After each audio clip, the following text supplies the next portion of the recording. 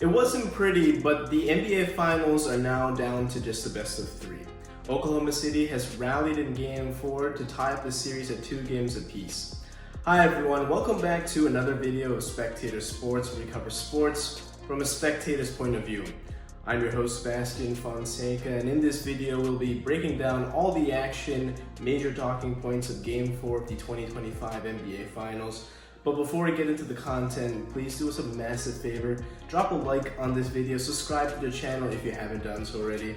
If you want to get more videos of Spectator Sports, we got that for you here on YouTube in our various playlists, as well as clips you can find on TikTok. If you want to enjoy Spectator Sports from an audio-only experience, we got that for you too on Spotify.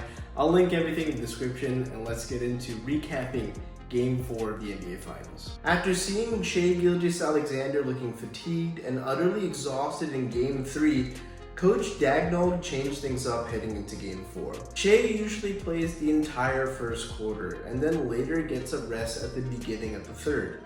But in Game 4, we saw something different, where Shai was called back to the bench at the 5-minute mark of the first and then came back into the game with about a minute left in the first quarter. He later was subbed out at the 7-minute mark of the second quarter and then later came back in with about 5 minutes left in the half. This modification didn't immediately pay off, as the Pacers, namely Andrew Nembhard, were aggressively denying Shai the ball.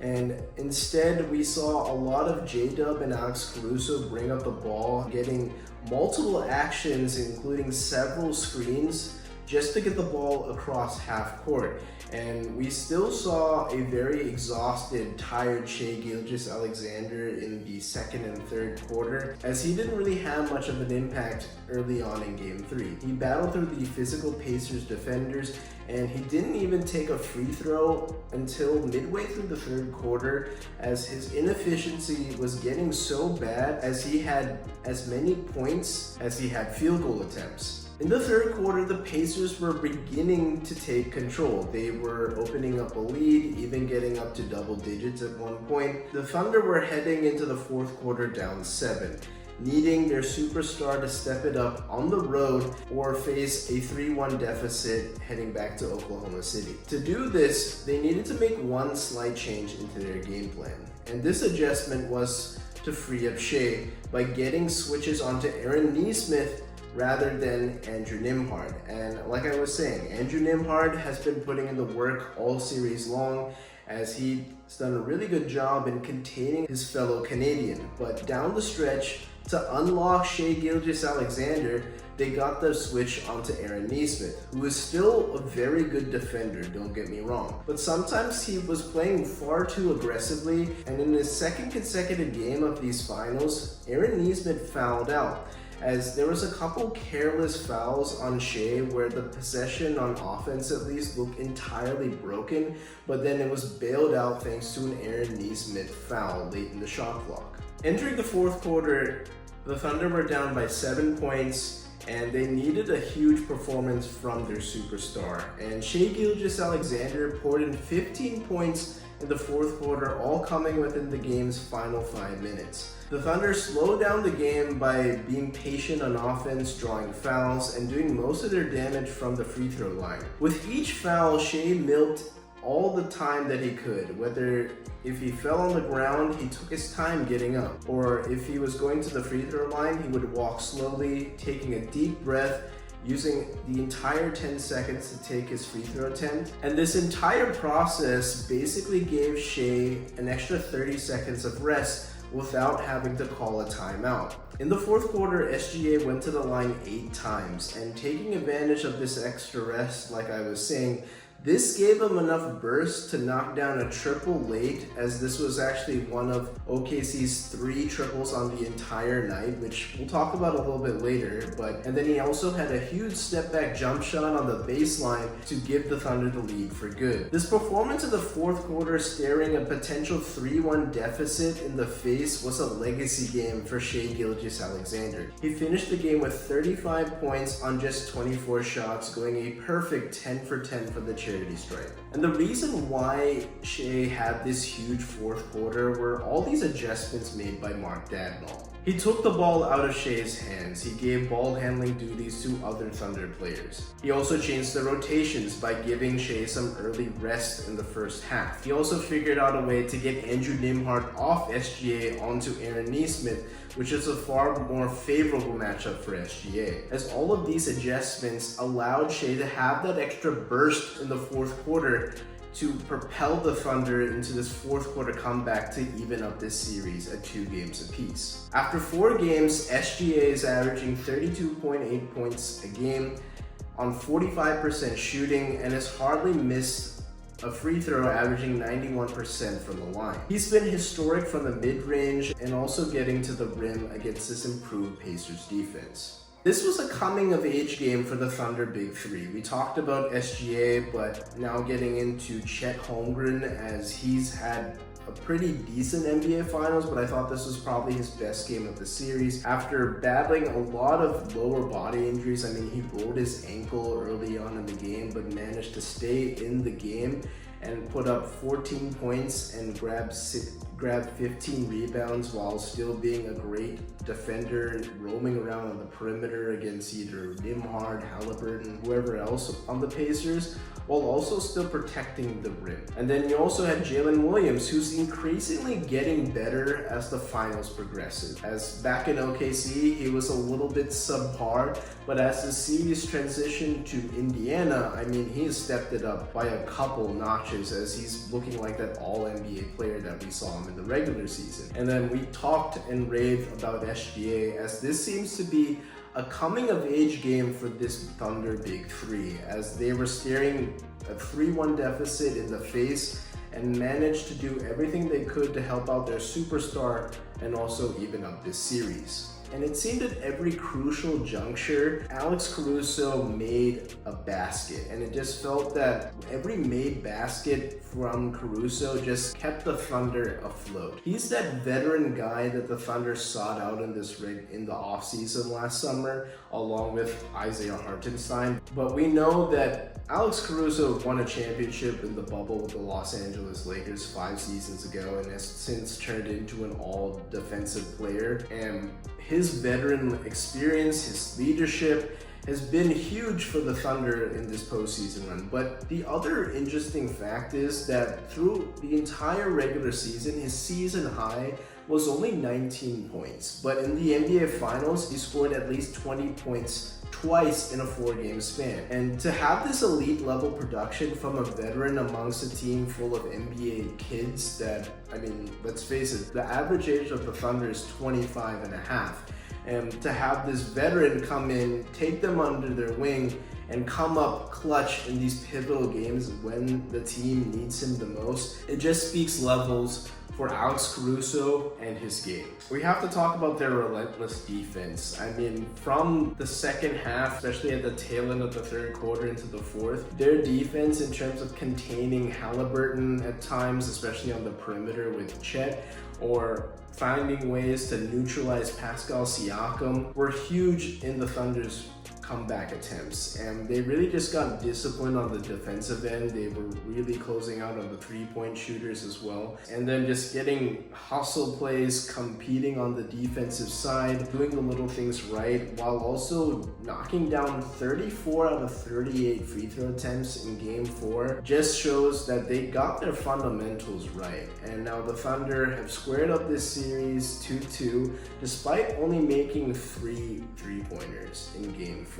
And this is the first time a team has won a game with 3 or fewer threes since 2010. And in the modern NBA, where everybody has to at least have capable 3-point shooting in order to win a championship, to get a win like this on the road, this huge discrepancy in 3-pointers made, is then such a huge credit to the grit of this Thunder team despite all the things going against them for much of this game.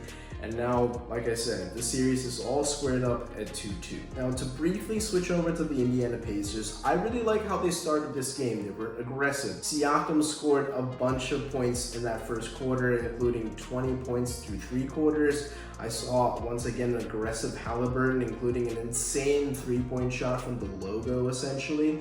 And it seemed that the Pacers were just right there throughout that first quarter, but after they kind of drifted off a little bit in that first quarter. They still ratcheted up a bunch of notches, especially in the third quarter when they went up by 10. And Obi Toppin was cooking in that game. He had back-to-back three-pointers that took the Pacers lead from just 2 points up to 8.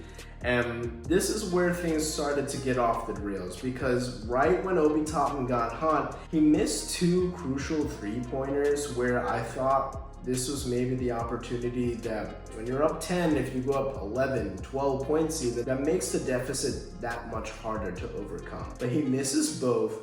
Then J-Dub goes down the court, gets fouled, makes 2 free throws of his own. Siakam gets fouled.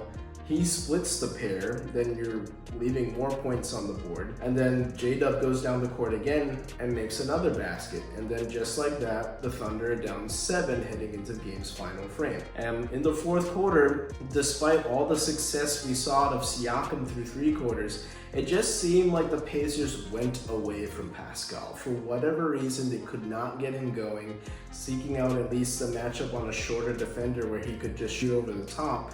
But instead, you got good production of Haliburton. He had 8 points in the fourth quarter. It seemed like no other Pacer was really involved in the offense, and they were outscored by 14 points. They only scored 18 points as a team. Benedict Mathurin had a catastrophic meltdown late. He missed 3 free throws in the fourth quarter while also committing 2 fouls away from the ball, and this resulted in free throws for the Thunder and possession. And these events were a 5-point swing.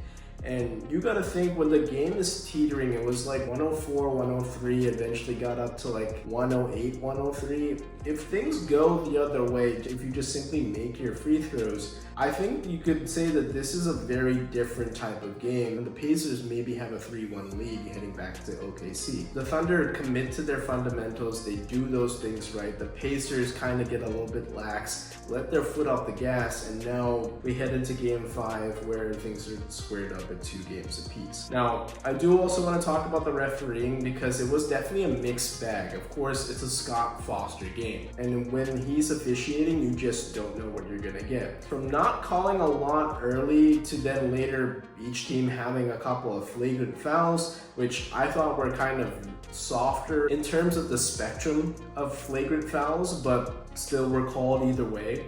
And then you saw later in the game where now you're just allowing Shai to grift on a couple of calls. And I understand Nesmith got a little bit careless, but there was a time where he had his hand on Shai's shoulder, and Shai just simply went up, and then his hand just bumped into the shooting motion, so that's an automatic foul. But again, they allowed Shai to kind of get back into the game by getting to the free throw line. And then we get to the weirdest call of game 4, where you have Shai driving to the rim. He's being guarded by Aaron Nesmith, and he uses the chicken wing to get some space. Nesmith falls back. Then Shai also kind of falls back, and it looks like a step back jump shot for the go-ahead basket. But if you really look at it, there's a chicken wing, so that's an offensive foul. Then with the contact, you can't just take essentially 4 steps into a step back and then allow that to go. It's either an offensive foul or a travel. You can't have both. And it ended up being a non-call that was kind of a pivotal moment there, but I can't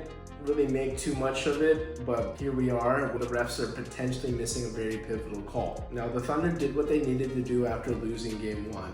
They won game 2, and then they somehow squeezed the game on the road. Either it was game 3 or game 4. It happened to be game 4. And now they return home to their adoring crowd with 2 days of rest, with a chance to put the Pacers on the brink of elimination. I said this in game 4, where the winner of game 4 would likely win the series, but I think now it's even more evident in game 5 that it's going to be a pivotal moment to see how the Pacers respond. Can they rally again, maybe win a game on the road? Because I think the winner of game 5 could very well win this series. It just means that you're 1 win closer. You have 2 shots instead of 1 to win the title.